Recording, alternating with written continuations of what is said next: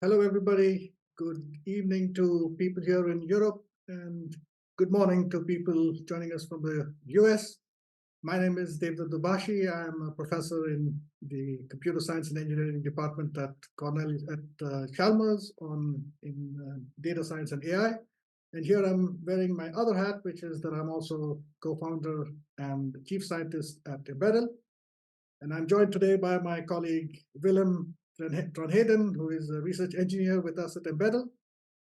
And welcome to our webinar for today, which is about, is it time for vision transformers to take over edge AI?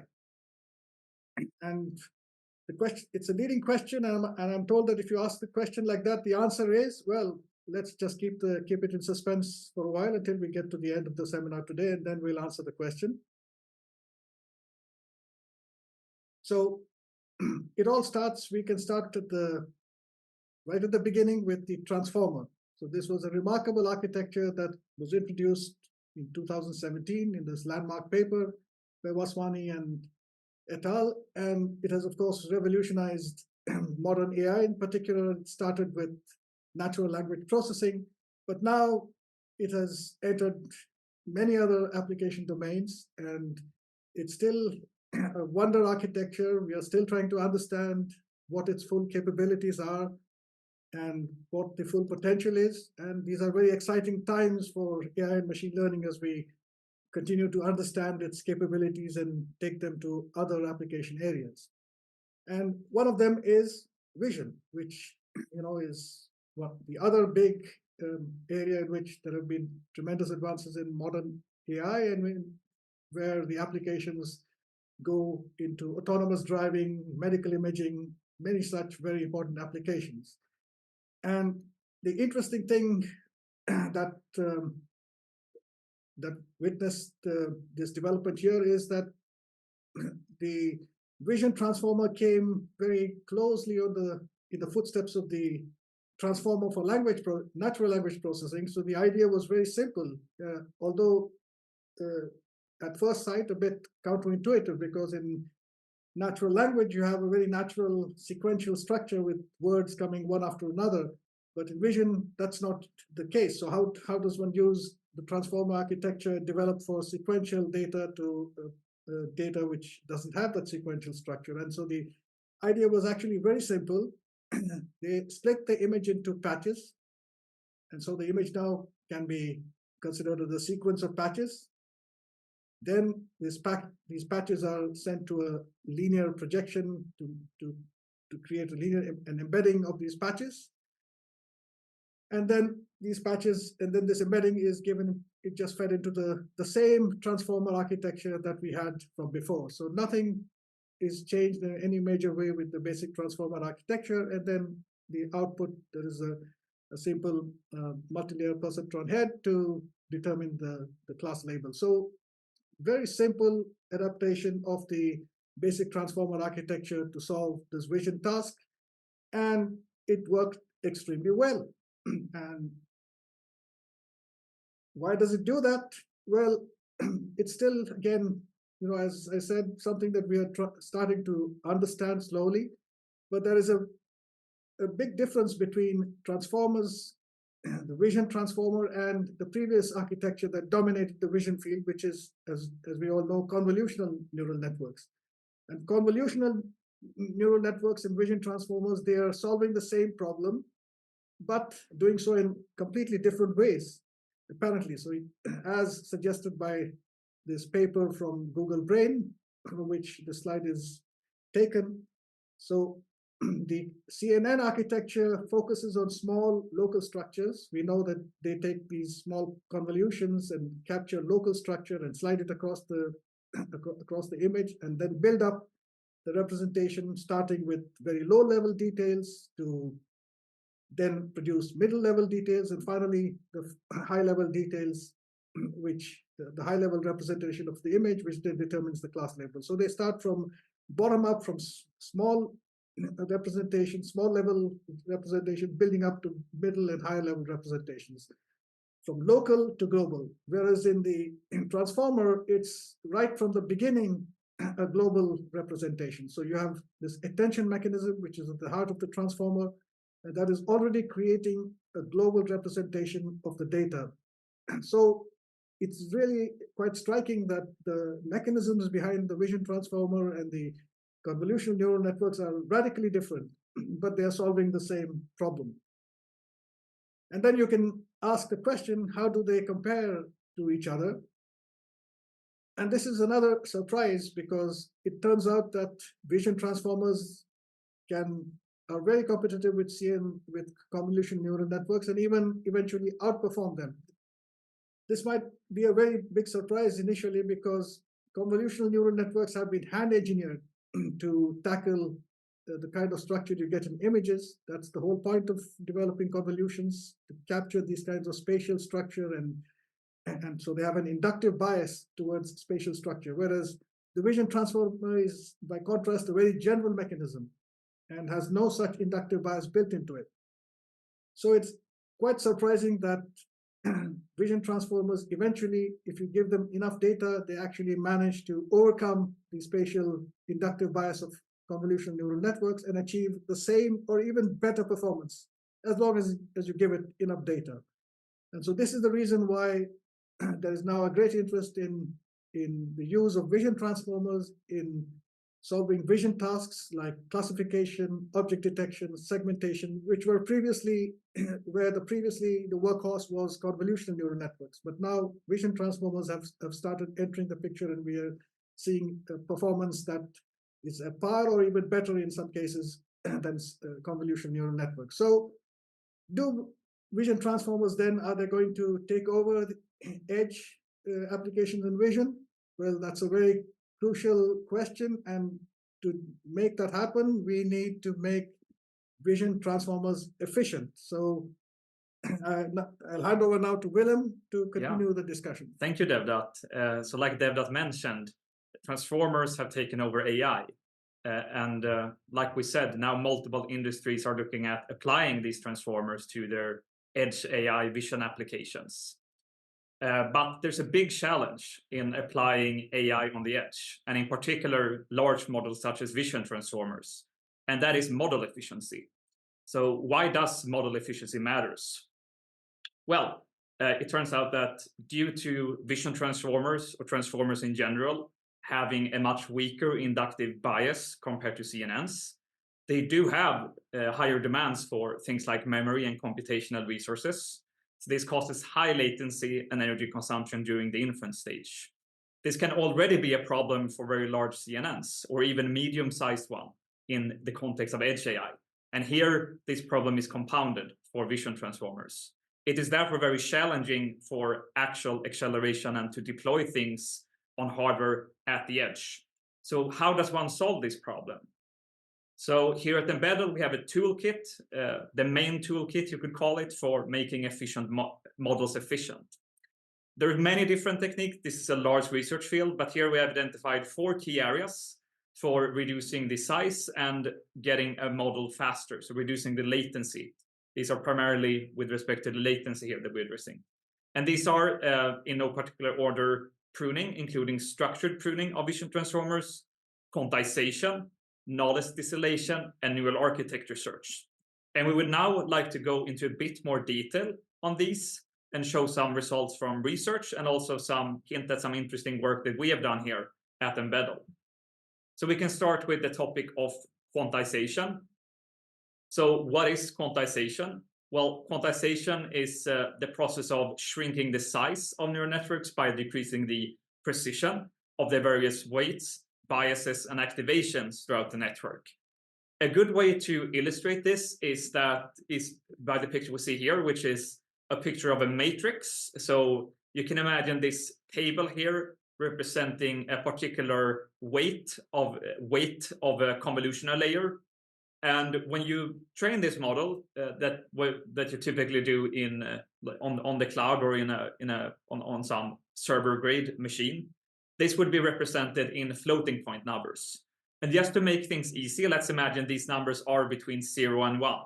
So in the purple table here, we see numbers between 0 and 1 in floating point 32 format. We can create a much more efficient model if we represent these same weights with a lower precision, for example, integer 8.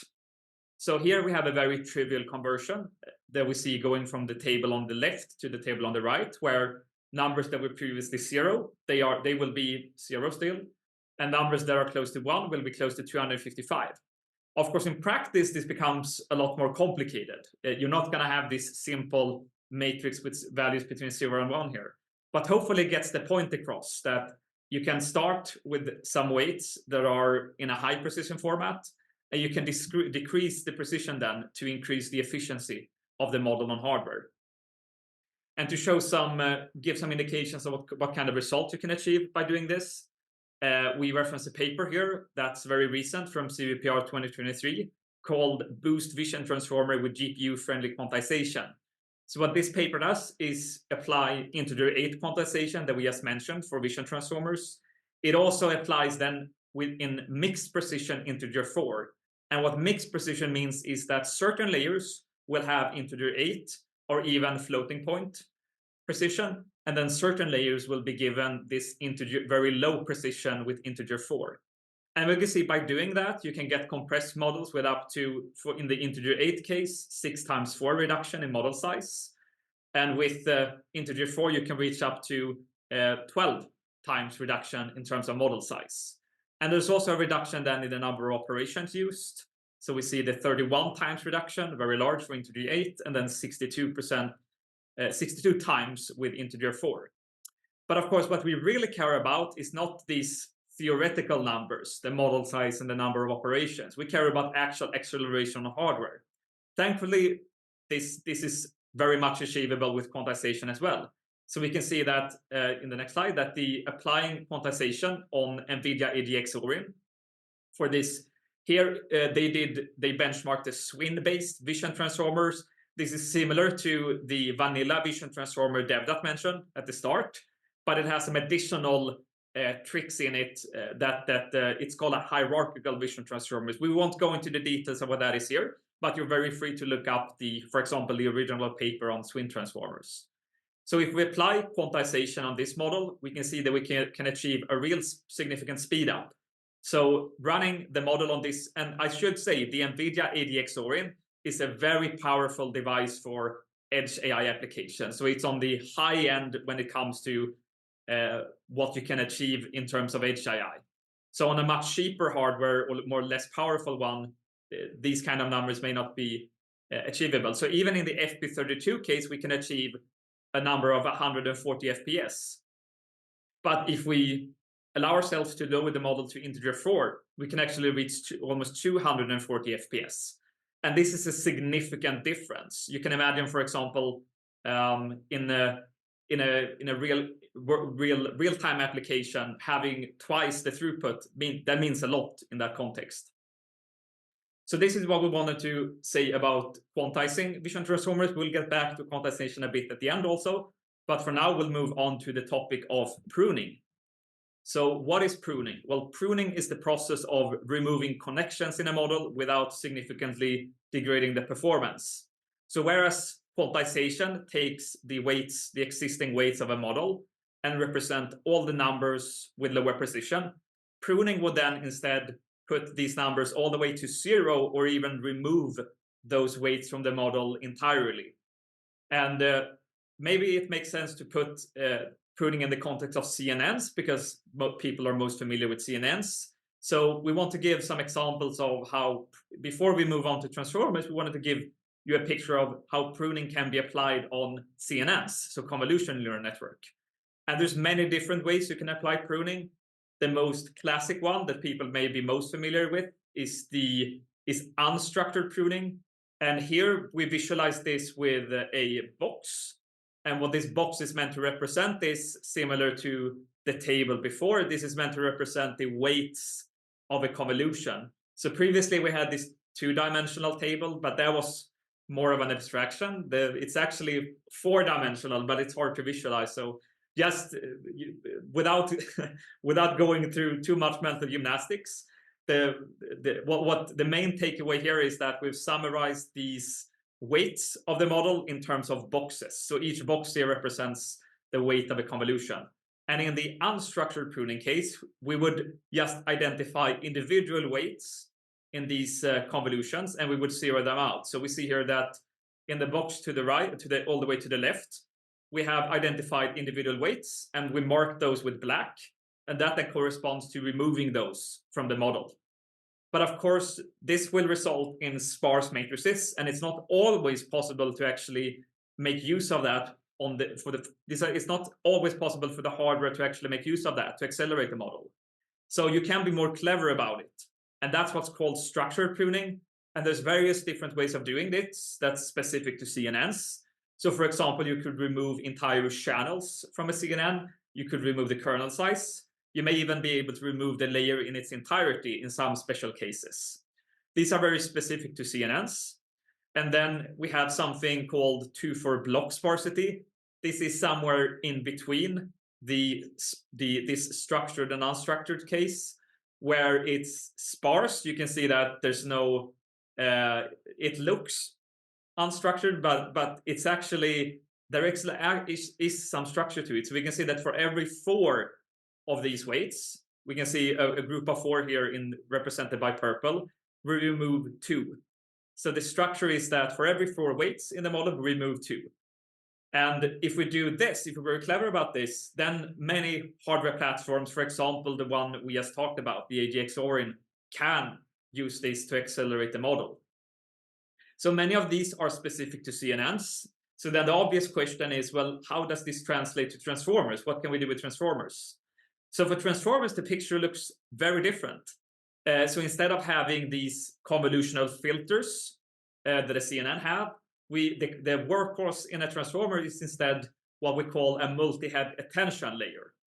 And what this multi-head attention layer, for the purposes of this illustration, all you need to know is that it will have these different heads, and these heads will then be could then further be deconstructed into other dimensions.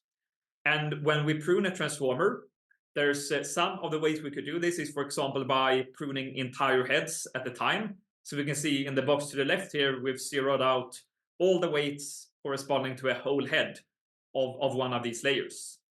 But you can also, for example, remove features per head instead, where we zeroed out one slice from each of these heads. And then you could do something orthogonal, where you instead shrink the embedding size of the model, and this will then affect all the heads also. And these are the ones that are specific to transformers. The ones that we mentioned before, like the unstructured and the 2-for sparsity, they would of course apply here, but these would then be transformer specific. And there are some additional interesting things with the transformer as well. For example, we don't only have this attention layer, there will be a lot of other things in the model. For example, we're going to have these linear projection layers, we're going to have layer normalization layers, and all of these will also need to be pruned in specific ways. And this can get very complex, right? So here, this illustration from the paper that we this is from another paper. It's called Global Vision Transformer with Hessian over saliency. It's also from CVPR 2023. We can see here that they illustrate all the different components of a vision transformer that needs to be pruned, and the picture looks quite complex, right? But if you abstract away this idea of what structures needs to be pruned, you can see that it's actually quite conceptually simple. How you can translate pruning from CNNs to pruning to transformers. So a common way of pruning models with CNNs is something called Taylor pruning, which the next slide illustrates. And interestingly, the importance score that is used when doing Taylor-based pruning for CNNs, if we just take that and apply it for vision transformers, we actually get exactly what this paper does. So this paper, Global Vision Transformer with Hessian over saliency, if one looks at it in a certain way, it is actually just Taylor-based pruning for CNNs applied on vision transformers. So if you will, one way of thinking about pruning these vision transformers, or you could conceptually think of it as easy as saying you are applying Taylor-based pruning on transformers. And in Embeddle, where we have this model optimization SDK, we have this very nice abstraction. So if you just import Taylor pruning from, in this case, Embeddle torch pruning methods, and you apply this on a CNN, you would apply the classic tailor-based pruning on a CNN. If you apply it on a transformers, there's no additional changes you need to make.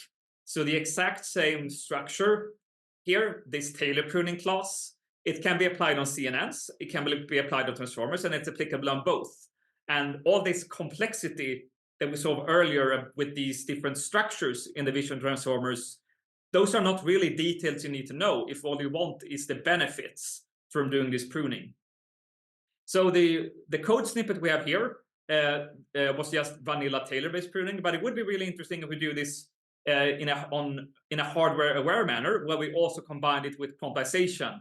So we're putting everything together now, and we want to show you the results here.